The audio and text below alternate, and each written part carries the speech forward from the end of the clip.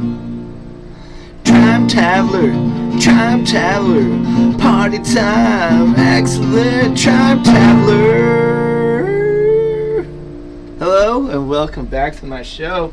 I'm the Trime Taveler, and I'm here today to talk to you guys about the Libertarian Party Mises Caucus.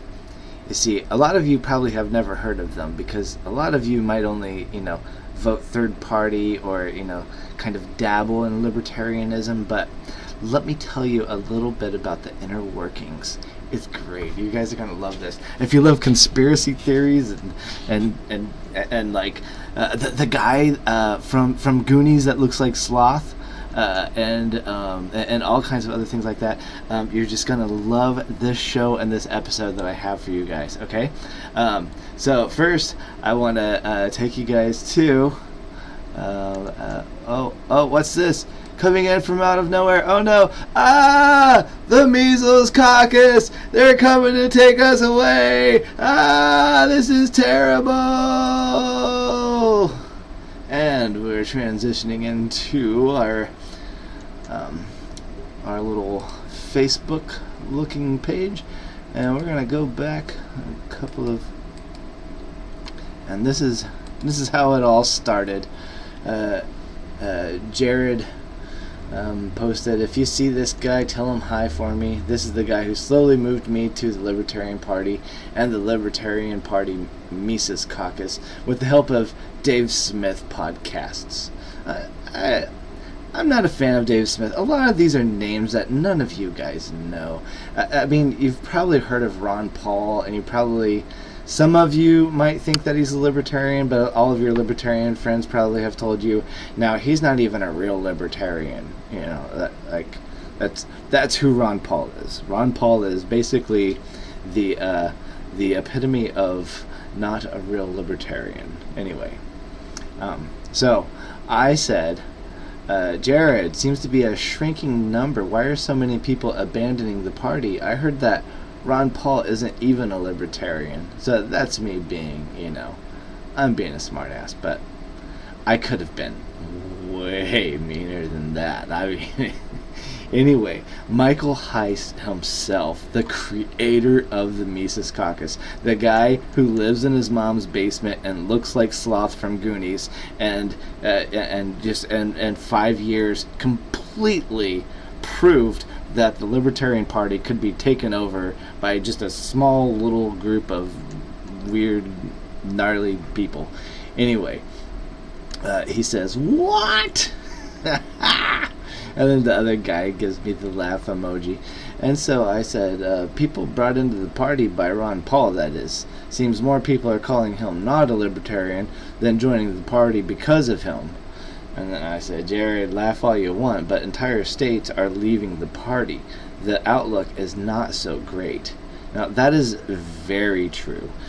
New Mexico just filed to completely separate from national, and there's other states that are considering doing it as well.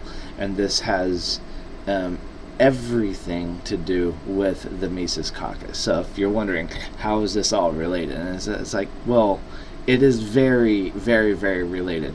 This guy, Michael Heist, who created this caucus, and then forcibly, so debatably, he sabotaged the 2020 election, weakening the party so that during midterms in 2022 he could go in with a small group of friends that he created online using email lists and a lot of edgy messaging. A lot of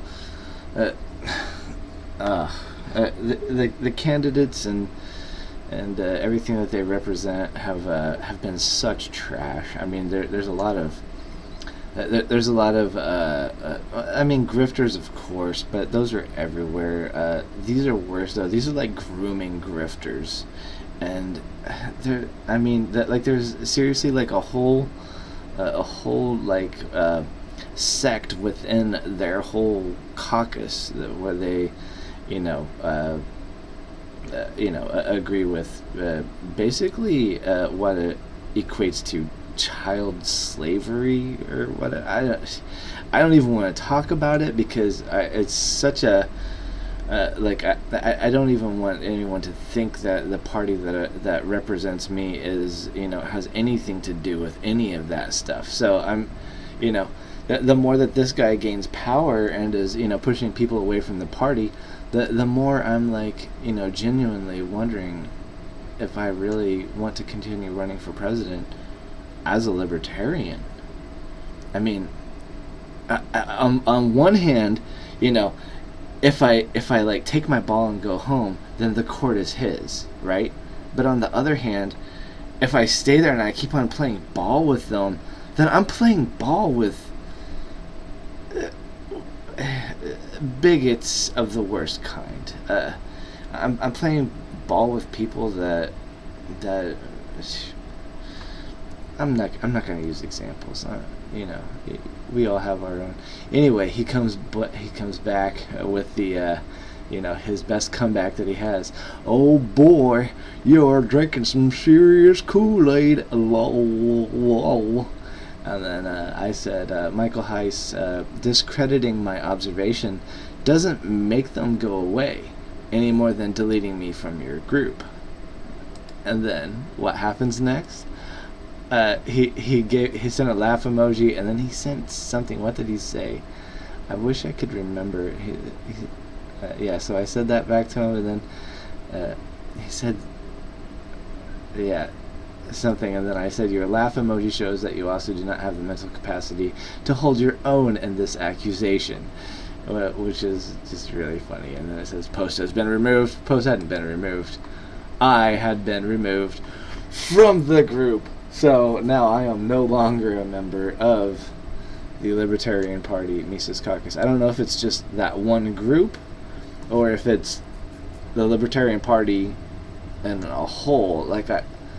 I mean, Michael Heiss has a lot of power within the party. He probably does have enough power to vote to have me kicked out, and have me kicked out for anything at all that he wanted to. He could go out in the middle of Broadway and shoot somebody, and his followers would still back him. Yes, that's exactly what type of a person we are dealing with here. So anyway,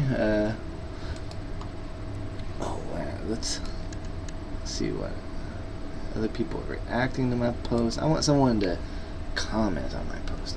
Oh, okay, so it gets even better, right? So I share the post and the LP 2024 delegates, the uncensored one, basically the only one where people aren't being removed from the group for saying the Mises Caucus sucks, and where the people from the Mises Caucus are still at, because they know that this group is where a lot of the delegates are hanging out and mingling, and there are 1,000 people in the group, and there are supposed to be 1,000 delegates. Therefore, this could be a very relevant group to them. Anyway, Joshua Smith, good friend of mine. Joshua and I were both at a lot of the 2020 state conventions, and I was quitting smoking tobacco, and he always had Marlboro Reds, and I would bum probably 1 to 3 cigarettes per day off of him while I was driving the bus for Adam Kokesh. Anyway, Josh comes on and says, well, yeah, dude, why were you even in there? All you do is troll them and drop a bunch of slander. And then I was like, I was far more polite than any of them have been in my group, which is true. There's been some Mises people that have come into my group and purposely tried to get removed. And you know what I did? I didn't remove them. I left their jackassery there, and in every single case, it either got buried by other posts. Other people in the group would, either ignore it or comment on, haha, yeah, good try, or whatever. And so anyway, I say to Josh that I felt I would start giving them a taste of their own medicine. The MC can dish it out, but cannot take it. And then Evelyn pops in. Josh Smith, any politician or political party that cannot take criticism or operates in a thought vacuum echo chamber will never achieve significant status in the U.S., where the independent voter decides the outcome of most elections and is the fastest growing. people outside the Mises cult know this. And of course I had to give her, one of those little hearts, because Evelyn is, I've never met her, but just anyone that sticks up for anything that I say, God bless their hearts.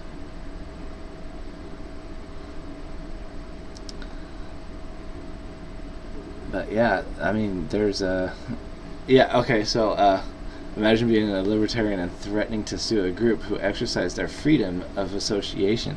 So they're talking about suing the state of New Mexico for leaving the party. It's getting really good right now, and this good stuff, and these good people, John Phillips, Evelyn Zarkowitz, Brandon, a lot of these guys, man. These guys are all, Aaron Goss, these are all really, really, really cool people. Ed Reagan, I love this. And you know what? You guys can watch me. I'm gonna steal this one right now. Save image as, and there it is. Boom. That's how much I like that one.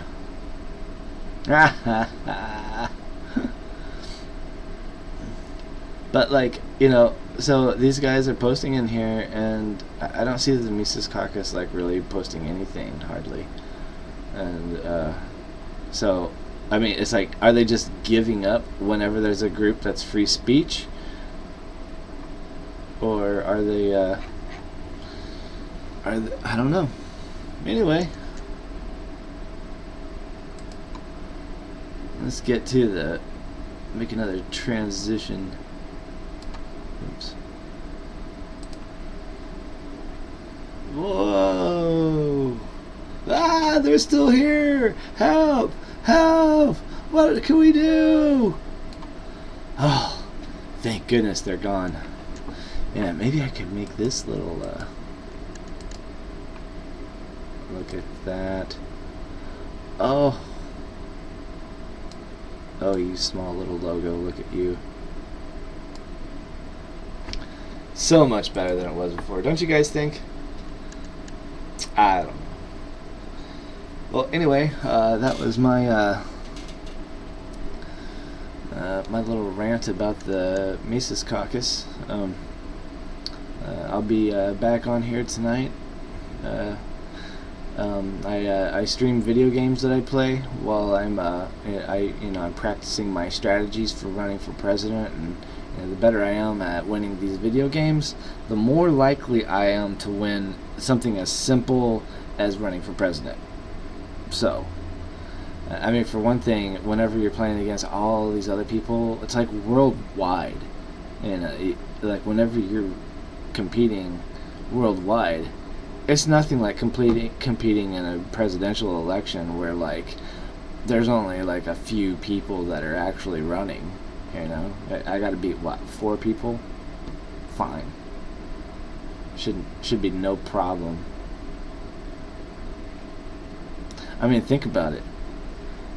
Joe Jorgensen got 5th place in the first round of ranked voting during the national convention, the 2020 national convention, and then after 5 rounds of voting, she ended up winning 1st place. So, and she had no website, no social media, no Facebook, no Instagram, no idea what any of that stuff was. All that she had was she practiced her debating skills, and that was about it. She was straight off the debate team with no other team whatsoever. And thank God that she was able to get Vermin Supreme's vice president as her VP, because his team did everything for her. They tried to make her into a meme, but you can't. And you're trying to make Joe Jorgensen a meme like Vermin Supreme. That's not going to happen overnight. That's just not going to happen. Vermin Supreme is a very unique fringe candidate, and the Libertarian Party shot themselves in the foot. He won third place in the national convention, and then the next day his VP Spike ended up winning, which Spike is now in bed with people from the Mises Caucus, and I honestly don't know. Honestly, I think that Spike is a good person, and I think that he just kind of has been getting certain people picking his ear, and certain people that are influencing him, and so that's why he's turned his back on not only Vermin Supreme but a lot of libertarians in the party. Like he was supposed to be this person that represented a balance of the Vermin Supreme ticket, and then all of a sudden he went all alt-right and goofy, and I mean, he's a small, frail, fragile man. He lived with MS, which has been in remission for over since longer than he's been running. He hasn't had any problems with it since, but he's still a little man. He would be a very good VP for me, because he's probably about 5'2", and I'm 6'2", so for me to be his VP just wouldn't make sense, because I would just tower over him like, "Hello, I am Spike's bodyguard and VP." No. I'll be the president, bodyguard, and then he can be my VP. That's how it works. Yeah. Anyway, if you're watching this, Michael Heiss, you're number one. I love you more than words can tell. Have a good day. Think hard, think often, and remember, whenever you think about Trime Taveler, it's probably